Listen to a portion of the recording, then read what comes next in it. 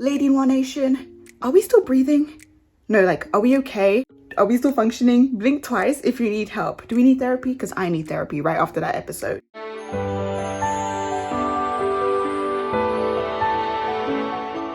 Hey everyone, welcome back to my channel. It's the one and only, your girl, the Cartoon Hotspot. And in this video, we are going to review and discuss Season 5, Episode 4, titled Jubilation. Let me tell you, we have got a lot to talk about.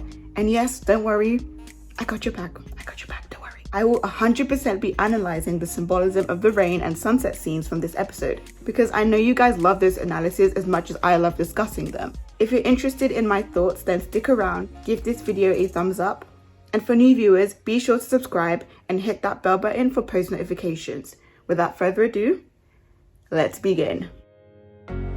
The episode begins with Marinette going on her morning jog, and an advertisement of the Alliance rings appears on the billboard. Tiki questions why Adrien is in the advert, considering Marinette helped him summon the courage to tell his father he's quitting modeling.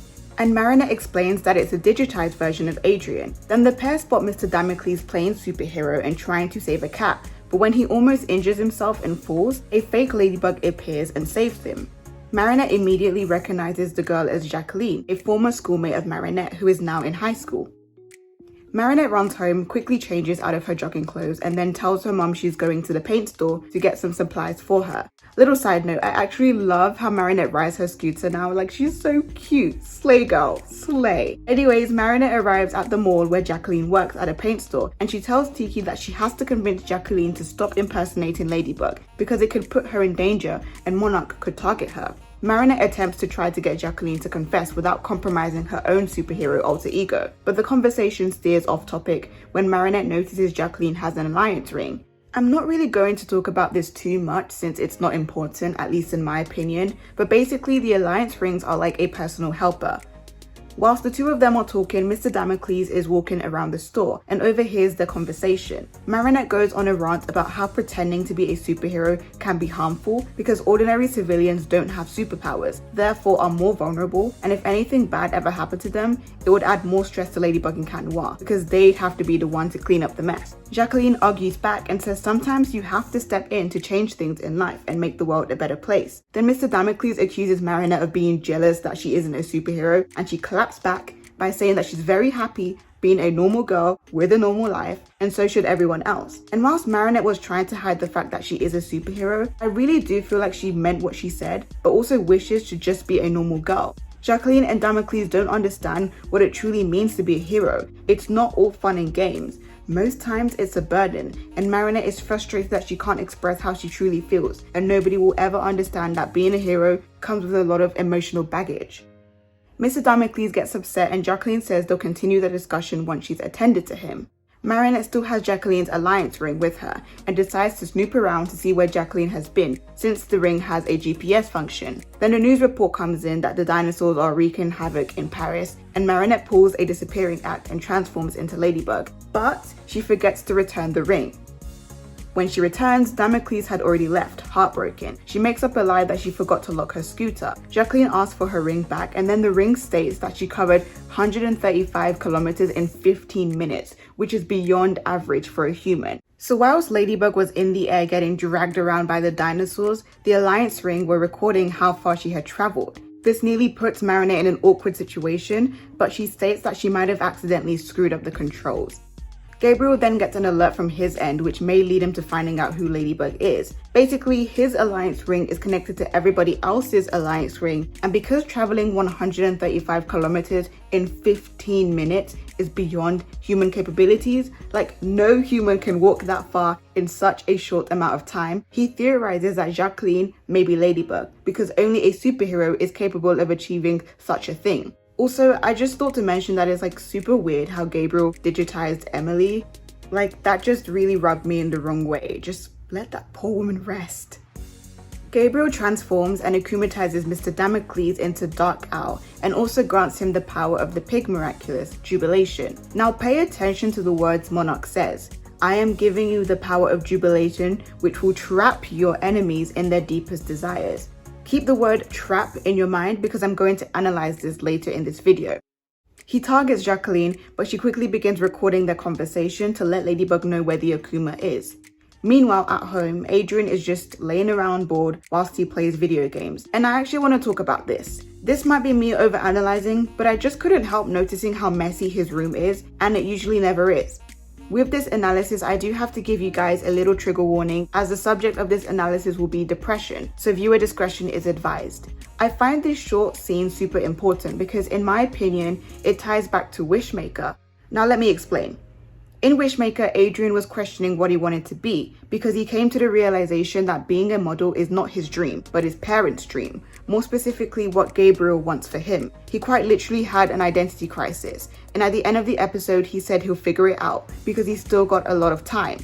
Then Kuroneko is the episode where it was established that Adrien is neither Adrien nor Cat Noir. He's both. He's one and the same. And finally, Risk Strike Back to Multiplication, because those episodes take place on the same day. He made a bold move to tell his father he does not want to model anymore. To his surprise, his dad relieved him of his modeling duties. But here's where you're probably thinking, okay, now he's free, shouldn't he be happy? No, it doesn't work like that, because now Adrien is left with the realization that his father has dictated a huge part of his life. He's been a model for as long as he can remember. You don't just magically know what you want to do right after.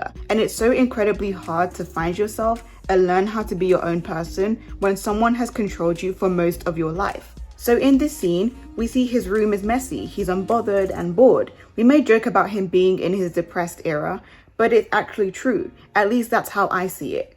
Depression isn't just constantly crying every day. It takes multiple forms, such as not having the motivation to do anything. Adrien is quite literally struggling to do something because he doesn't know where to start. He's not a model anymore, so what can he be? And it's not like his father has completely changed and given him freedom to go out and hang out with his friends and try to find an interest or a passion. He's just stuck in his room.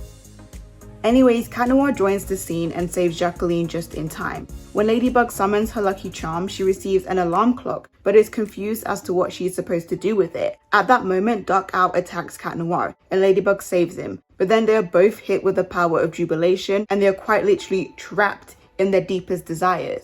We see Ladybug's deepest desire is defeating Monarch and regaining all of the miraculous. And then we see Ladynoir going on a cinema date, a Ladynoir wedding, Ladynoir with kids on a tropical island, etc. Now, here's the important part. This isn't Cat Noir's deepest desires. It's both of theirs. And I'll explain this in a little while. As the superhero duo is trapped in their desire, Dark Owl reaches for Ladybug's miraculous. Throughout their dream, the alarm clock keeps ringing, and my interpretation of this is that the alarm clock acted as Ladybug's conscious, or rather her anchor, to pull her back into reality and snap out of the dream in time before it's too late.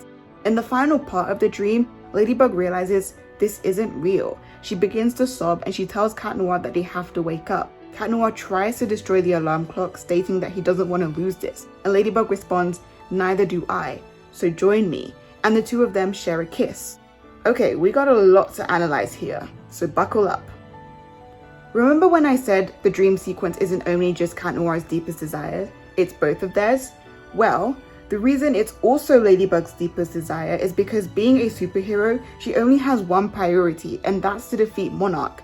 Because of this, she isn't able to come to terms with the fact that she has feelings for Cat Noir, because the only thing she's concerned about is saving Paris. And so she's unconsciously suppressed those feelings for him. Once Monarch is taken out of the equation, she can finally allow herself to be a normal teenager, to fall in love, to grow up without the burden of being a superhero. And the only person she can imagine doing that with is Cat Noir. She truly does love him. In my opinion, the alarm clock symbolizes how there's a time for everything. However, it just never is the right time when it comes to Ladynoir. The alarm clock ringing in every single dream sequence represents how there is always a disturbance. There's always something in the way of them truly being able to be together as a couple. And that's why this dream sequence hurts the most. Because deep down, Cat Noir has always kind of known that him and Ladybug being a couple is impossible, unless Monarch is defeated. He just never wanted to acknowledge that until he was forced to. It's actually kind of tragic. So when Ladybug says, "Join me," I think that's her saying, we don't need to live in a fantasy to be happy. We just need each other, no matter how grim the real world is. And that's when the atmosphere completely changes. It begins raining as they kiss, and then she disappears. Okay, symbolism time. I know you guys have been waiting for it, so the wait is over. Rain and thunder symbolize sadness, despair, and sometimes the rain is a warning of dark times approaching or the uncovering of the truth, which I think was really encapsulated in this scene. The uncovering of the truth is in reference to Ladybug finally realizing her feelings for Cat Noir. It took a while, and it quite literally took a superpower for her to acknowledge it. And I believe we hear a clap of thunder if I'm not mistaken, but I could be wrong. In terms of how the rain symbolizes sadness and despair, well, because it's almost as if Ladybug is mourning over the fact that she may never actually get to live the life she's always dreamed of. Becoming a superhero has made that dream so out of her reach now. As Dark Owl is about to grab Ladybug's earring, she wakes up in time, and so does Cat Noir. However, Cat Noir is going full force, like he's scarily angry. And here, Cat Noir is about to do the one thing we never imagined him capable of doing. Cat Noir almost deliberately cataclysms Dark Owl. Let's talk about the implications of this scene. Suhan has always been afraid of Cat Noir going rogue, because the power of destruction requires someone who understands the implications of possessing such a dangerous power. And Adrien slipped up so badly by nearly deliberately cataclysming Dark Owl. We've established that Adrien loves being a superhero. It's his escape, but it gets to a point where being a superhero is kind of becoming a burden. He wants Monarch gone, just as much as Ladybug does, because he's quite literally getting in the way of being able to be with Ladybug. Cat Noir has been hoarding all of these feelings. He feels the same things Ladybug does, but he does a better job of hiding it, and that's more dangerous in my opinion, because it's only a matter of time before you eventually explode.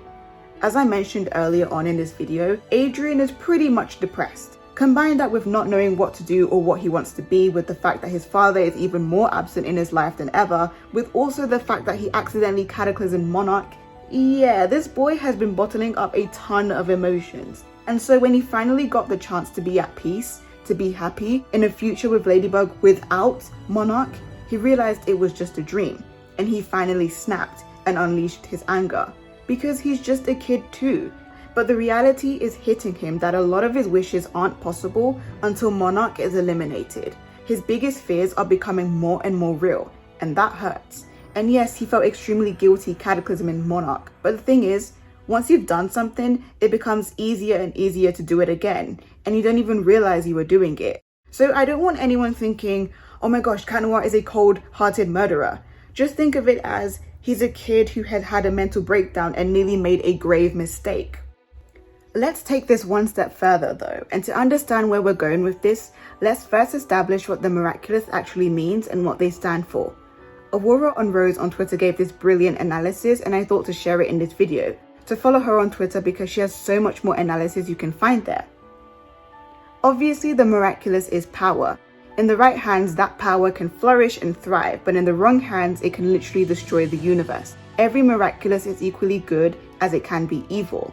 You have so much power in your hands that once you become aware of it, that's where the madness begins. Innocence can turn into corruption. Adrien was corrupted by the realization that he could kill somebody. Let's use the hammer analogy. The hammer analogy basically states that when you have a hammer in your hands, suddenly everything becomes a nail. Adrien possesses the power of cataclysm, so suddenly everything is a target, including people. I think now that Adrien is aware of his powers, and now that he's starting to break more and more free from his father and feeling more emotions, it's going to put him in a very vulnerable place mentally. I'd like to make it clear that this has nothing to do with intentions, but it has everything to do with power. The miraculous doesn't do anything specific to the holder, but the holder actually does possess absolute power beyond human comprehension. Any person, especially one who is suffering, is likely to fall into madness holding that power, even if they have the purest of intentions. Keeping in mind that when Adrien was going to cataclysm Dark Owl, his intentions were actually morally right. He just wanted the terrorism to end. But the means of achieving that were wrong. Doing the wrong thing is quick and easy after the first time. Doing the right thing takes time and effort. Adrien has been patient for so long, and bottled up with his already suppressed emotions, abuse, and unaddressed trauma, it would definitely cause him to make some morally grey decisions. The final scene I want to analyze is the sunset ending scene. Ladynoir meet up at the usual spot and reflect on the day they've had. Cat Noir questions how Monarch was able to give Mr. Damocles the power of Jubilation without the miraculous actually being on him. Ladybug responds by saying that she doesn't know, and when Cat Noir says the power of jubilation, it shows our deepest desires, right? Ladybug quickly says yes, but it wasn't real, and that Monarch was basically screwing with their heads. She kind of stutters here, which tells me she's really coming to terms with her feelings for him. I also think this scene is the final push for Cat Noir to move on from Ladybug. I mean, he already started to move on by the end of season 4, but this is the final confirmation that perhaps pursuing Ladybug is a lost cause, and this scene being in the presence of a sunset is not a coincidence. Sunsets typically symbolize feelings the characters are aware they have, but can also represent change. If you've already seen some of the spoilers from the seasonal trailers, you would know that Adrien has started to pursue Marinette romantically, and he's aware that he's always loved her, but just didn't know until now. And what about Ladybug? I feel like she'd be battling her feelings for Cat Noir and might even confess to him. This is just my theory. Let me know what you think. Overall, I really enjoyed this episode and was not expecting it to be this overwhelming. In a good way though. I also love how they played the song In the Rain, which we haven't heard since season 1. And I love the nuances revealed in Cat Noir's character. And I really do feel like this episode shows that Adrien might have a lot of screen time and growth this season. I can't wait to see what's in store for Ladynoir and Adrienne. So yeah. But now I want to put it to you guys. What did you think of the episode? Loved it? Hated it? Thought it could have been better? I'm interested to see your personal analysis on certain scenes. But as for today, that's it from me, and I'll see you again next time. Bye!